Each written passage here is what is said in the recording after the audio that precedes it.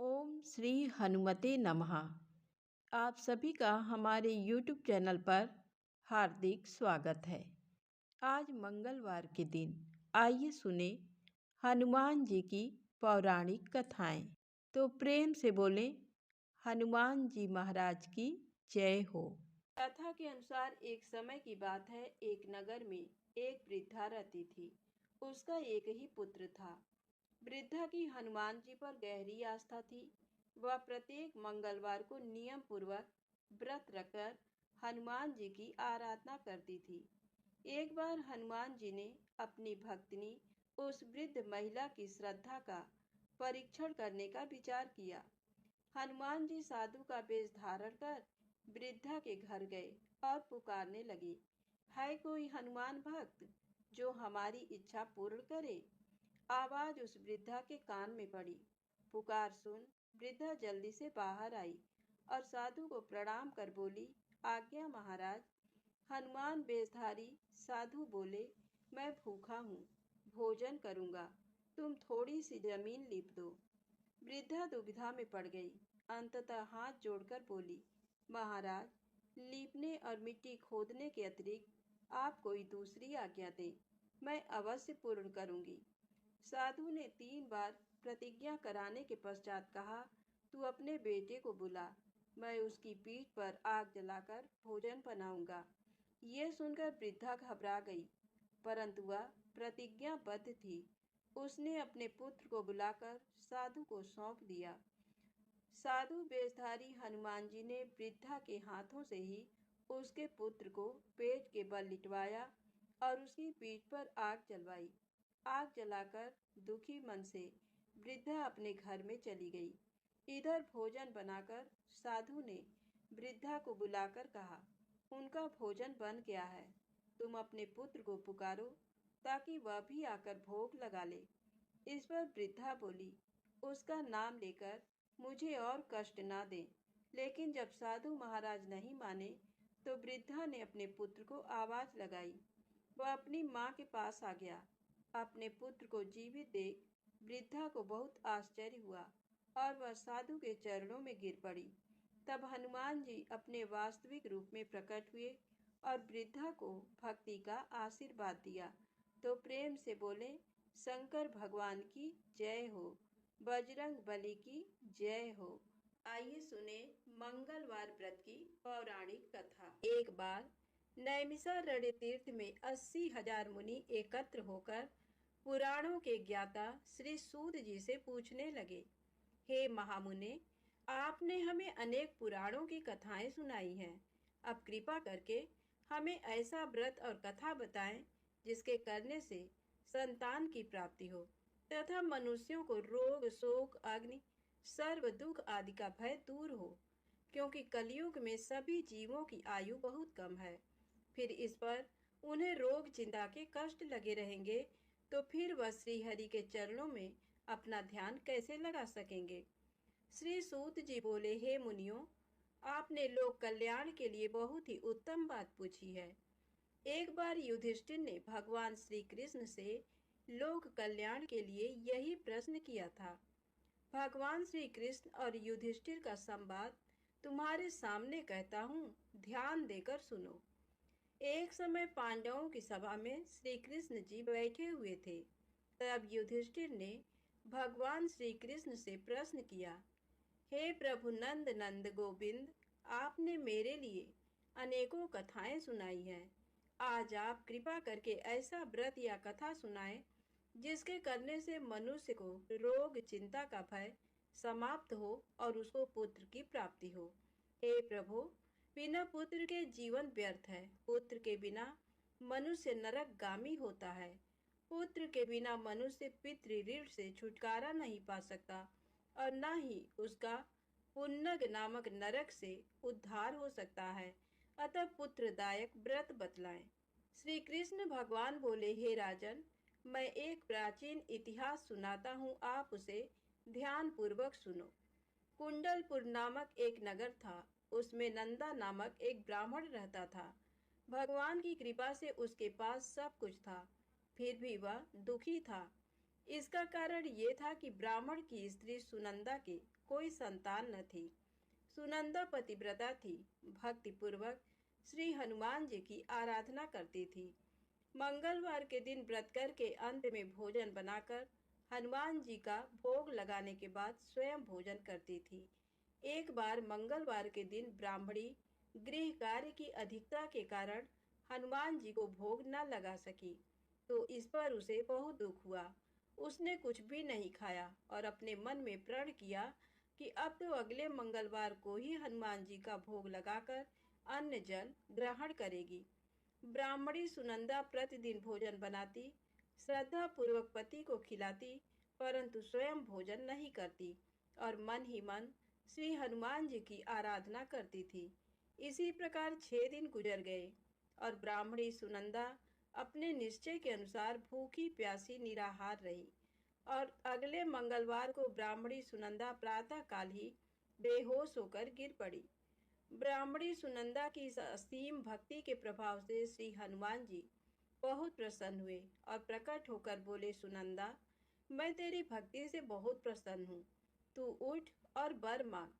सुनंदा अपने आराध्य देव श्री हनुमान जी को देखकर आनंद की अधिकता से विह्वल हो श्री हनुमान जी के चरणों में गिरकर बोली, हे प्रभु, मेरी कोई संतान नहीं है, कृपा करके मुझे संतान प्राप्ति का आशीर्वाद दें, आपकी अति कृपा होगी।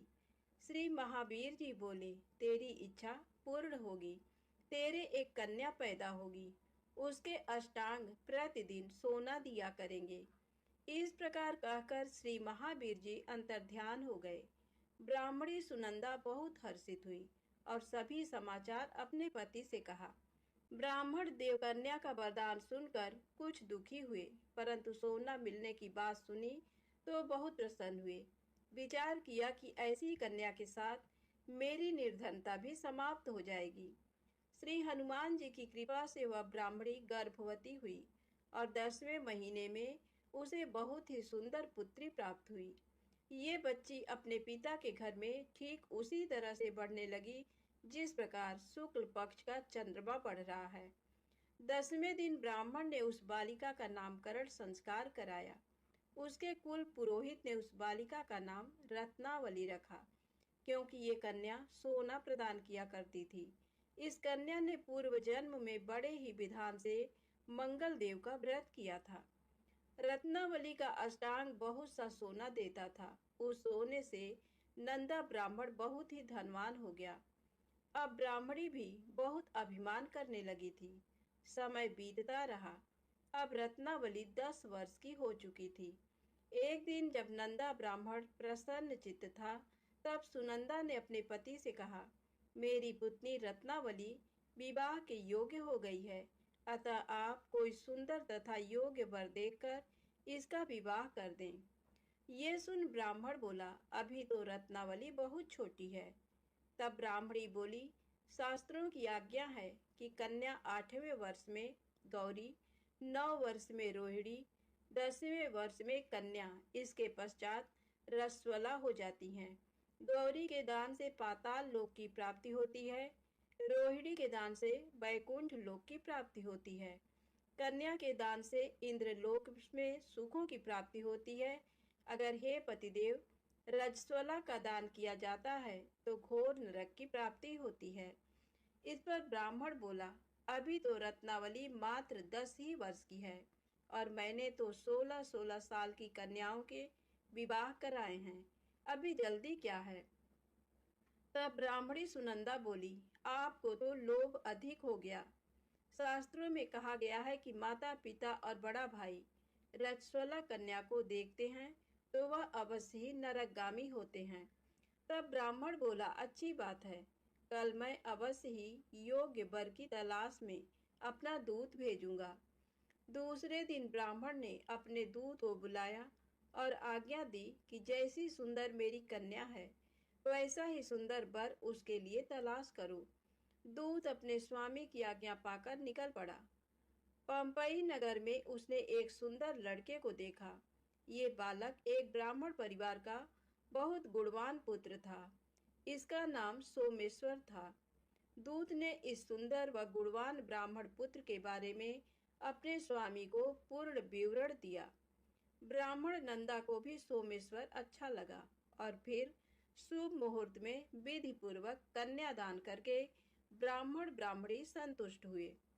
परंतु ब्राह्मण के मन में लोभ समाया हुआ था। उसने कन्यादान तो कर दिया, पर वह बहुत खिन्न भी था। उसने विचार किया कि रत्नावली तो अब चली जाएगी और मुझे इससे जो सोना मिलता था वह अब नहीं मिलेगा। मेरे पास जो धन था कुछ तो इसके विवाह में खर्च हो गया और जो शेष बचा है वह भी कुछ दिनों पश्चात समाप्त हो जाएगा। मैंने तो इसका विवाह करके बहुत बड़ी भूल कर दी है। अब कोई ऐसा उपाय हो कि रत्नावली मेरे घर में ही बनी रहे, अपनी ससुराल ना जाए। लोभ रूपी राक्षस ब्राह्मण के मस्तिष्क पर छाता जा रहा था। रात भर अपनी सैया पर बेचैनी से करवटें बदलते बदलते उसने एक बहुत ही क्रूर निर्णय लिया। उसने विचार किया कि जब रत्नावली को लेकर उसका पति सोमेश्वर अपने घर के लिए जाएगा तो वह मार्ग में छिपकर सोमेश्वर का वध कर देगा और अपनी लड़की को अपने घर ले आएगा, जिससे नियमित रूप से उसे सोना भी मिलता रहेगा और समाज का कोई मनुष्य उसे दोष भी नहीं दे सकेगा। प्रातः काल हुआ तो नंदा और सुनंदा ने अपने जमाई तथा लड़की को बहुत सारा धन देकर विदा किया। सोमेश्वर अपनी पत्नी रत्नावली को लेकर ससुराल से अपने घर की तरफ चल दिया। ब्राह्मण नंदा महालोभ के वशीभूत हो अपनी मति खो चुका था। पाप पुण्य को उसे विचार ही न रहा।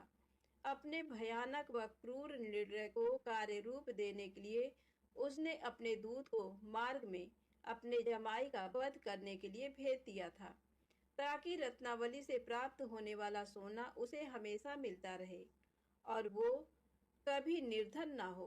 ब्राह्मण के दूत ने अपने स्वामी की आज्ञा का पालन करते हुए उसके जमाई सोमेश्वर का मार्ग में ही वध कर दिया।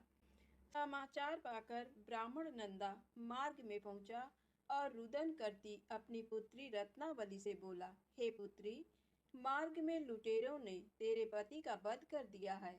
भगवान की इच्छा के आगे किसी का कोई बस नहीं चलता है। अब तू घर चल, वहां पर ही रहकर शेष जीवन व्यतीत करना। जो भाग्य में लिखा है वही होगा। अपने पति की अकाल मृत्यु से रत्नावली बहुत दुखी हुई। करुण क्रंदन व रुदन करते हुए अपने पिता से बोली, हे पिताजी, इस संसार में जिस स्त्री का पति नहीं है उसका जीना व्यर्थ है। मैं अपने पति के साथ ही अपने शरीर को जला दूंगी और सती होकर अपने इस जन्म को, माता पिता के नाम को तथा सास ससुर के यश को सार्थक करूंगी। ब्राह्मण नंदा अपनी पुत्री रत्नावली के वचनों को सुनकर बहुत दुखी हुआ। विचार करने लगा, मैंने व्यर्थ ही जमाई वध का पाप अपने सिर लिया। रत्नावली तो उसके पीछे अपने प्राण तक देने को तैयार है। मेरा तो दोनों तरफ से मरण हो गया। धन तो अब मिलेगा नहीं। जमाई वध के पाप के फलस्वरूप यम यातना भी भुगतनी पड़ेगी। ये सोचकर वह बहुत खिन्न हुआ। सोमेश्वर की चिता बनाई गई। रत्नावली सती होने की इच्छा से अपने पति का सिर अपनी गोद में रखकर चिता में बैठ गई। जैसे ही सोमेश्वर की चिता को अग्नि लगाई गई, वैसे ही प्रसन्न हो मंगल देव वहां प्रकट हुए और बोले, हे रत्नावली, मैं तेरी पति भक्ति से बहुत प्रसन्न हूँ, तू वर मांग।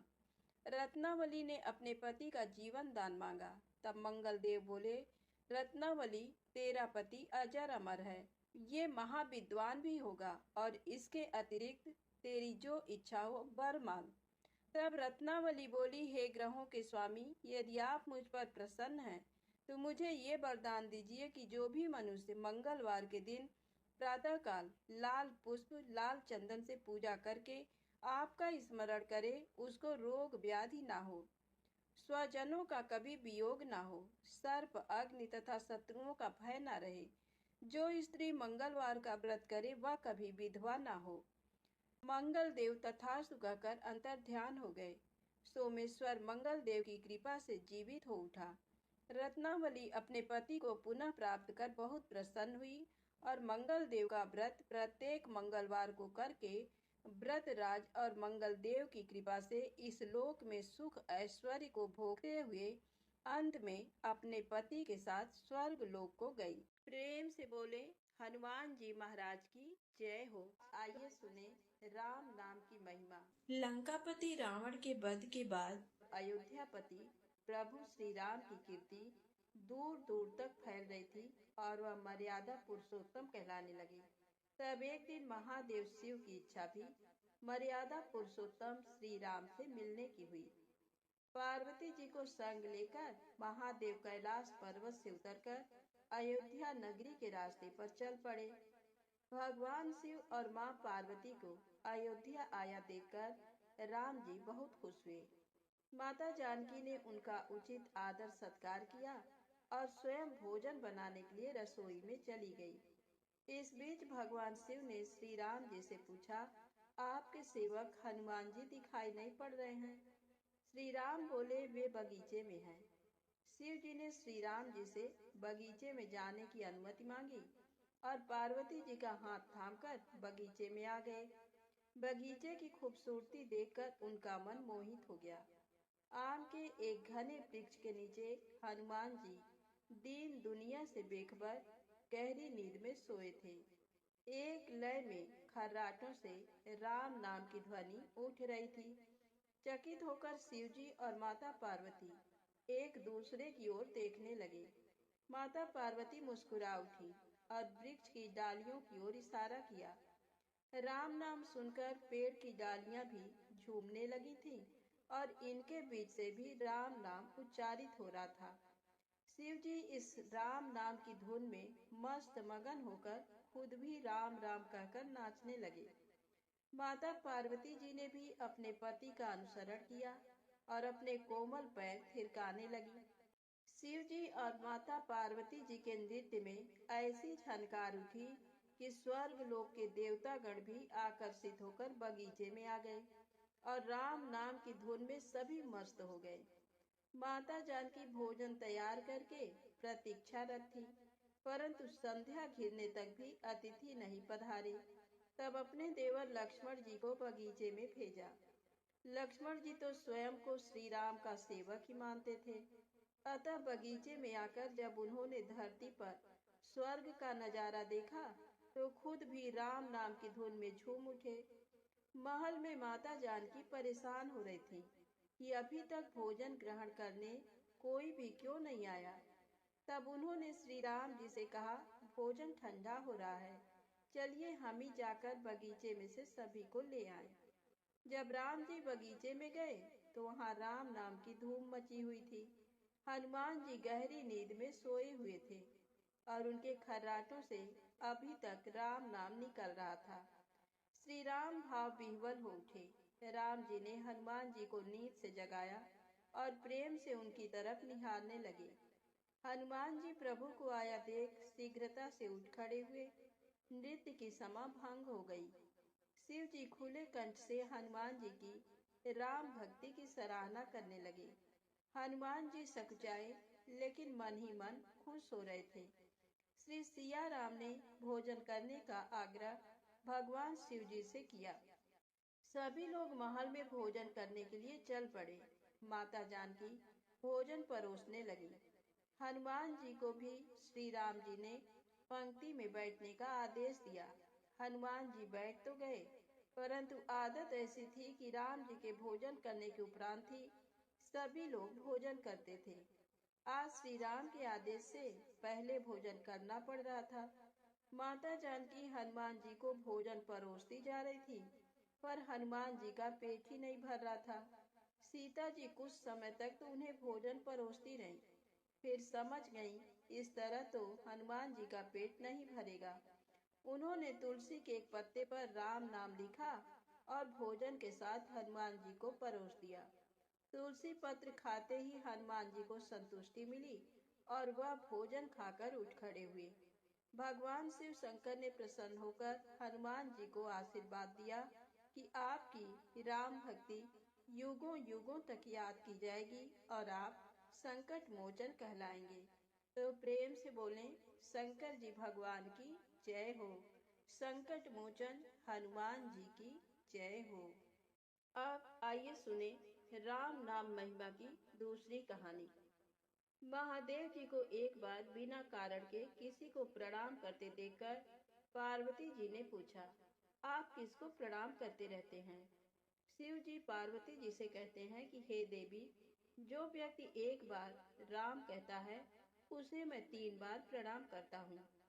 पार्वती जी ने एक बार शिव जी से पूछा, आप श्मशान में क्यों जाते हैं और ये चिता की भस्म शरीर पर क्यों लगाते हैं? उसी समय शिव जी पार्वती जी को शमशान ले गए। वहां एक शव अंतिम संस्कार के लिए लाया गया। लोग राम नाम सत्य है कहते हुए शव को ला रहे थे। शिव जी ने कहा कि देखो पार्वती, इस शमशान की ओर जब लोग आते हैं तो राम नाम का स्मरण करते हुए आते हैं और इस शव के निमित्त से कई लोगों के मुख से मेरा अति प्रिय दिव्य राम नाम निकलता है।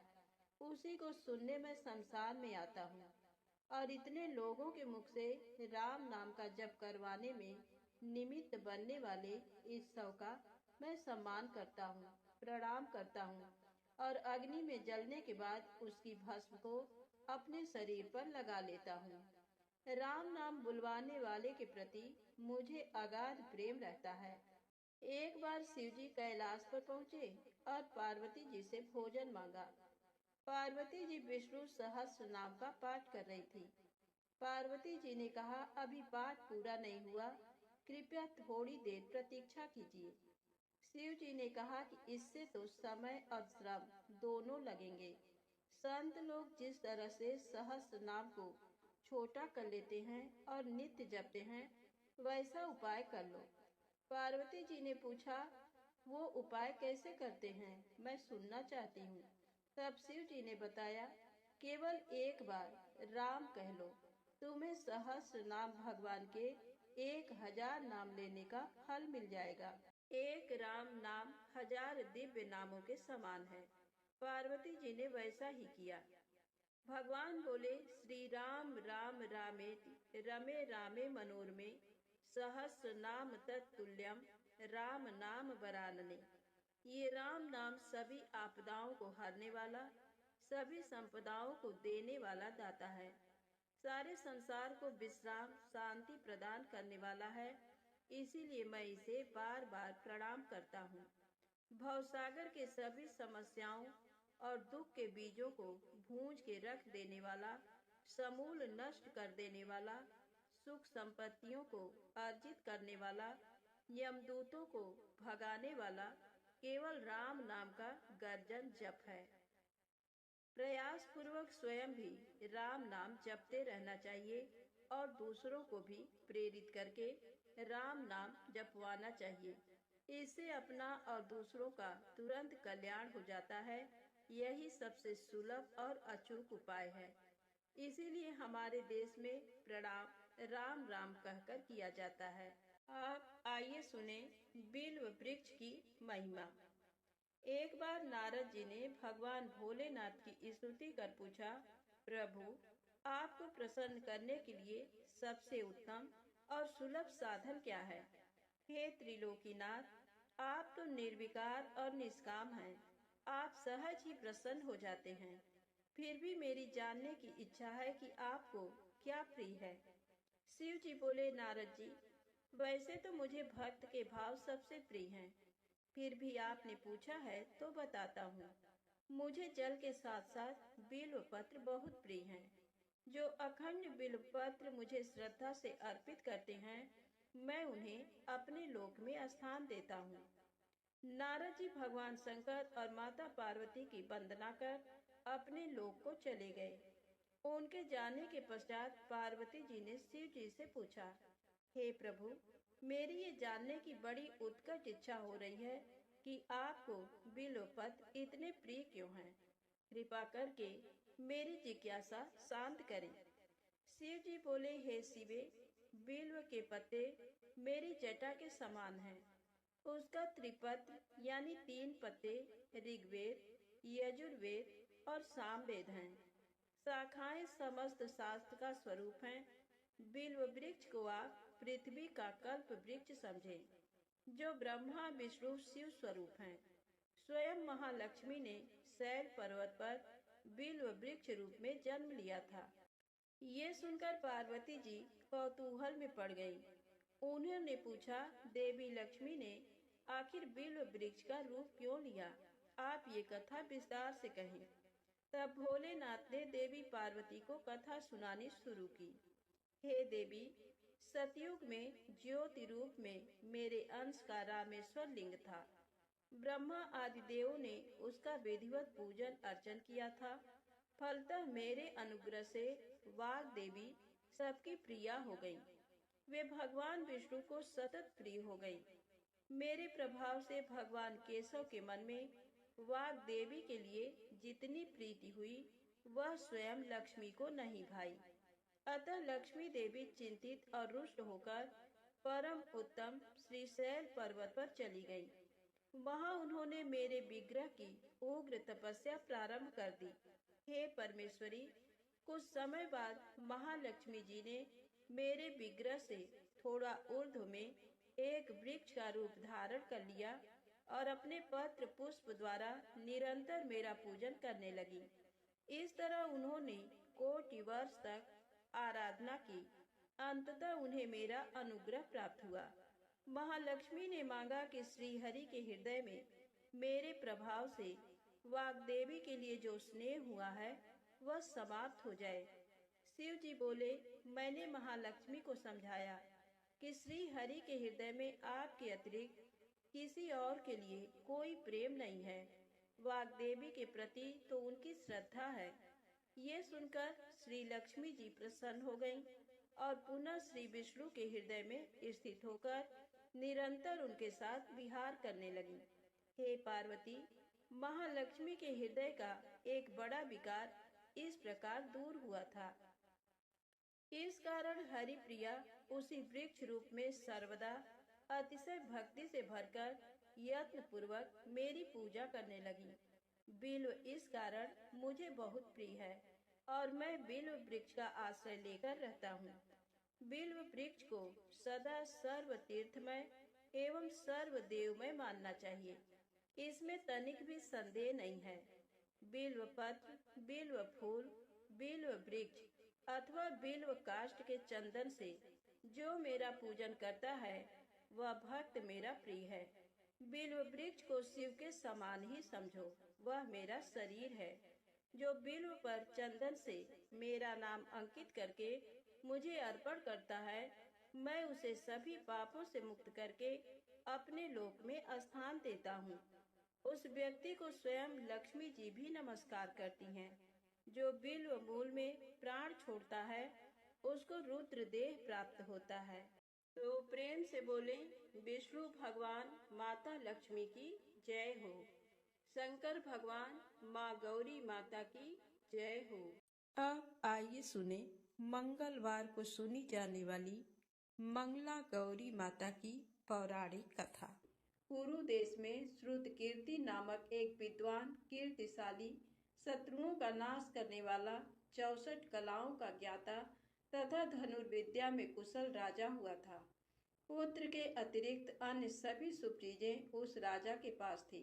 अतः वह राजा संतान के विषय में अत्यंत चिंतित हुआ और जब ध्यान पूर्वक देवी की आराधना करने लगा, तब उसकी कठोर तपस्या से देवी प्रसन्न हो गईं और उससे ये वचन बोली, हे सुब्रत, वर मांगो। श्रुतकीर्ति बोला, हे देवी, यदि आप मुझ पर प्रसन्न हैं तो मुझे सुंदर पुत्र दीजिए। हे देवी, आपकी कृपा से अन्य किसी भी वस्तु का अभाव नहीं है।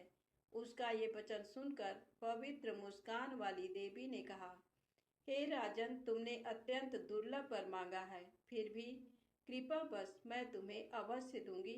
किंतु हे राजेंद्र, सुनिए, यदि परम गुणी पुत्र चाहते हो तो वह केवल 16 वर्ष तक जीवित रहेगा, और यदि रूप तथा विद्या से विहीन पुत्र चाहते हो तो दीर्घजीवी होगा। देवी का ये वचन सुनकर राजा चिंतित हो उठा और पुनः अपनी पत्नी से परामर्श करके उसने गुणवान तथा सभी शुभ लक्षणों से संपन्न 16 वर्ष की आयु वाला पुत्र मांगा। तब देवी ने भक्ति संपन्न राजा से कहा, हे नृपनंदन, मेरे मंदिर के द्वार पर आम का वृक्ष है, उसका एक फल लाकर मेरी आज्ञा से अपनी भार्या को उसे भक्षण करने हेतु प्रदान करो, जिससे वह शीघ्र ही गर्भ धारण करेगी, इसमें संदेह नहीं है। प्रसन्न होकर राजा ने वैसा ही किया और उसकी पत्नी ने गर्भ धारण कर लिया। 10वें महीने में उसने देव तुल्य सुंदर पुत्र को जन्म दिया। तब हर्ष तथा शोक से युक्त राजा ने बालक का जात कर्म आदि संस्कार किया और शिव का स्मरण करते हुए उसका नाम चिरायु रखा। इसके बाद पुत्र के 16 वर्ष के होने पर पत्नी सहित राजा चिंता में पड़ गए और वे विचार करने लगे कि ये पुत्र बड़े कष्ट से प्राप्त हुआ है और मैं इसकी दुखद मृत्यु अपने ही सामने कैसे देख सकूंगा। ऐसा विचार करके राजा ने पुत्र को उसके मामा के साथ काशी भेज दिया।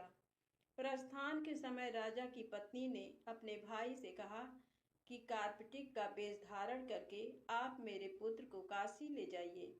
मैंने भगवान मृत्युंजय से पूर्व में पुत्र के लिए प्रार्थना की थी और कहा था कि हे विश्वेश, आप जगतपति की यात्रा के लिए मैं उस पुत्र को अवश्य भेजूंगी। अतः आप मेरे पुत्र को आज ही ले जाइए और सावधानी पूर्वक इसकी रक्षा कीजिएगा।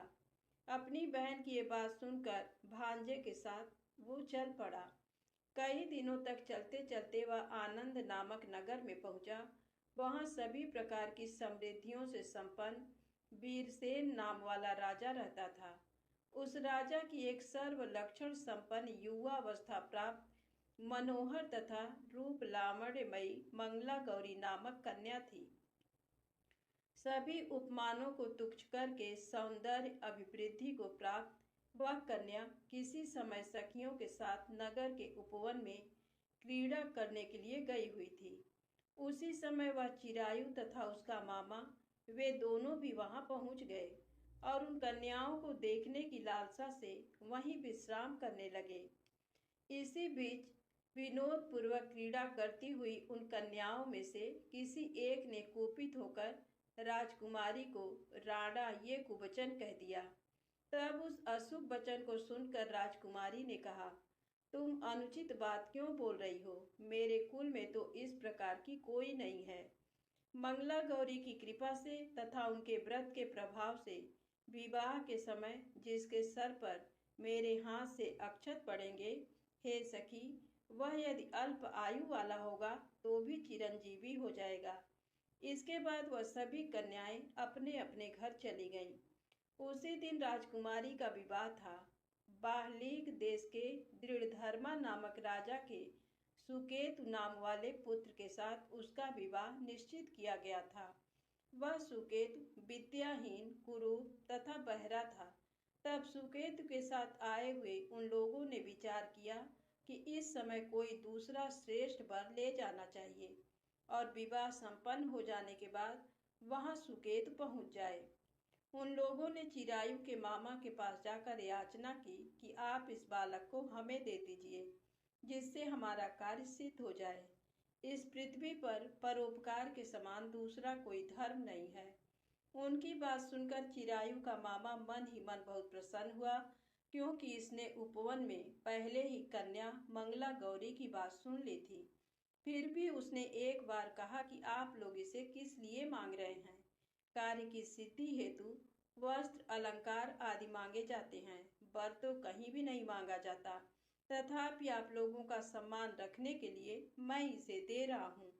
इसके बाद चिरायु को वहां ले जाकर उन लोगों ने विवाह संपन्न कराया। सप्तपदी आदि के हो जाने पर रात्रि में शिव पार्वती की प्रतिमा के समक्ष उस चिरायु ने हर्ष युक्त होकर मंगला गौरी के साथ शयन किया। उसी दिन चिरायु के 16 वर्ष पूर्ण हो चुके थे और अर्धरात्रि में साक्षात्कार सर्प रूप में वहां आ गया। इसी बीच संयोगवश राजकुमारी जाग गई। उसने उस महासर्प को वहां देखा और वह भय से व्याकुल होकर कांपने लगी। तभी उस कन्या ने धैर्य धारण 16 उपचारों से सर्प की पूजा की और पीने के लिए उसे दूध दिया। उसने दीनता भरी वाणी में उस सर्प की प्रार्थना तथा स्तुति की। मंगला गौरी प्रार्थना करने लगी कि मैं उत्तम व्रत को करूंगी जिससे मेरे पति जीवित रहें। ये जिस तरह से चिरकाल तक जीवित रहें, आप वैसा कीजिए।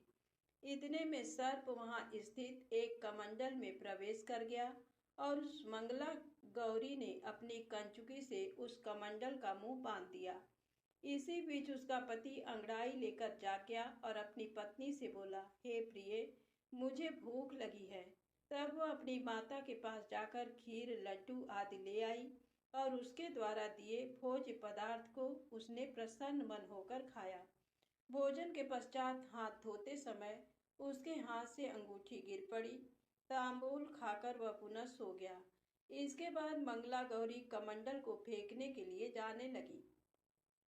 विधि की कैसी गति है कि उस कमंडल में से बाहर की ओर जगमग करती हुई हार कांति को देखकर वह आश्चर्यचकित हो गई। घट में स्थित उस हार को उसने अपने कंठ में धारण कर लिया। इसके बाद कुछ रात शेष रहते ही चिरायु का मामा आकर उसे ले गया। इसके बाद वर पक्ष के लोग सुकेतु को वहां ले आए। उसे देख मंगला गौरी ने कहा कि ये मेरा पति नहीं है। तब उन सभी ने उससे कहा, हे सुबे, तुम ये क्या बोल रही हो? यहाँ तुम्हारा कोई परिचायक हो तो उसे हम लोगों को बताओ। मंगला गौरी बोली, जिसने रात्रि में 9 रत्नों से बनी अंगूठी दी है, उसकी अंगुली में इसे डालकर परिचायक निशानी देख लें। मेरे पति ने रात्रि में मुझे जो हार दिया था उसके रत्नों का समुदाय कैसा है, इस बात को ये बताएं। ये तो कोई अन्य ही है। इसके अतिरिक्त रात्रि में आम सींचते समय उनका पैर कुमकुम से लिप्त हो गया था। वह मेरी जांघ पर अभी विद्यमान है, उसे आप लोग शीघ्र देख लें।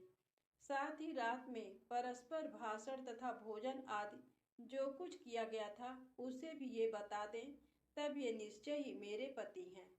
इस प्रकार उसका वचन सुनकर सभी ठीक है कहने लगे, किंतु जब एक भी बात न मिली तब सभी ने सुकेतु को उसका पति होने से निषिद्ध कर दिया और वर पक्ष वाले जिस तरह से आए थे उसी तरह से चले गए।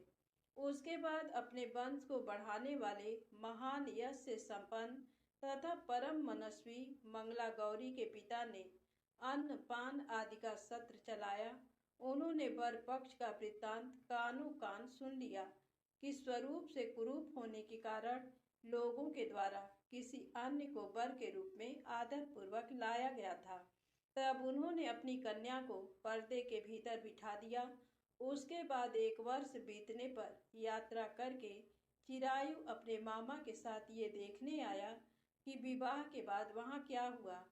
तब उसे गवाक्ष के भीतर से देखकर वह मंगला गौरी अत्यंत प्रसन्न हुई और माता पिता से बोली कि मेरे पति आ गए हैं। राजा ने अपने सुहृदजनों को बुलाकर पूर्व में कहे गए सभी परिचायकों को निशानी को देखकर मंद मुस्कान वाली अपनी कन्या चिरायु को सौंप दी। राजा ने शिष्टजनों को साथ लेकर विवाह का उत्सव कराया। इसके बाद राजा वीरसेन ने वस्त्र आभूषण आदि सेना, घोड़े, रथ और अन्य भी बहुत सी सामग्रियां देकर उन्हें विदा किया।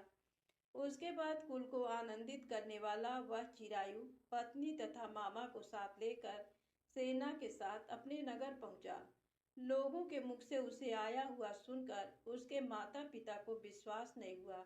उन्होंने सोचा कि प्रारब्ध अन्यथा कैसे हो सकता है।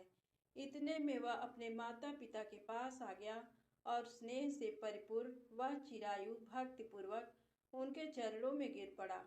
तब अपने पुत्र का मस्तक सूंघ कर उन दोनों ने परम आनंद प्राप्त किया। पुत्रवधू मंगला गौरी ने भी सास ससुर को प्रणाम किया। तब सास उसे अपनी गोद में बिठाकर सारा वृत्तांत शीघ्रता पूर्वक पूछने लगी। हे महामुने, तब पुत्र वधू ने भी मंगला गौरी के उत्तम व्रत महात्म तथा जो कुछ घटित हुआ था वह सब वृत्तांत बताया। जो कोई भी इसका श्रवण करता है अथवा जो इसे कहता है उसके सभी मनोरथ पूर्ण हो जाते हैं, इसमें संदेह नहीं है। धन्यवाद। प्रेम से बोले मंगला गौरी माता की जय हो।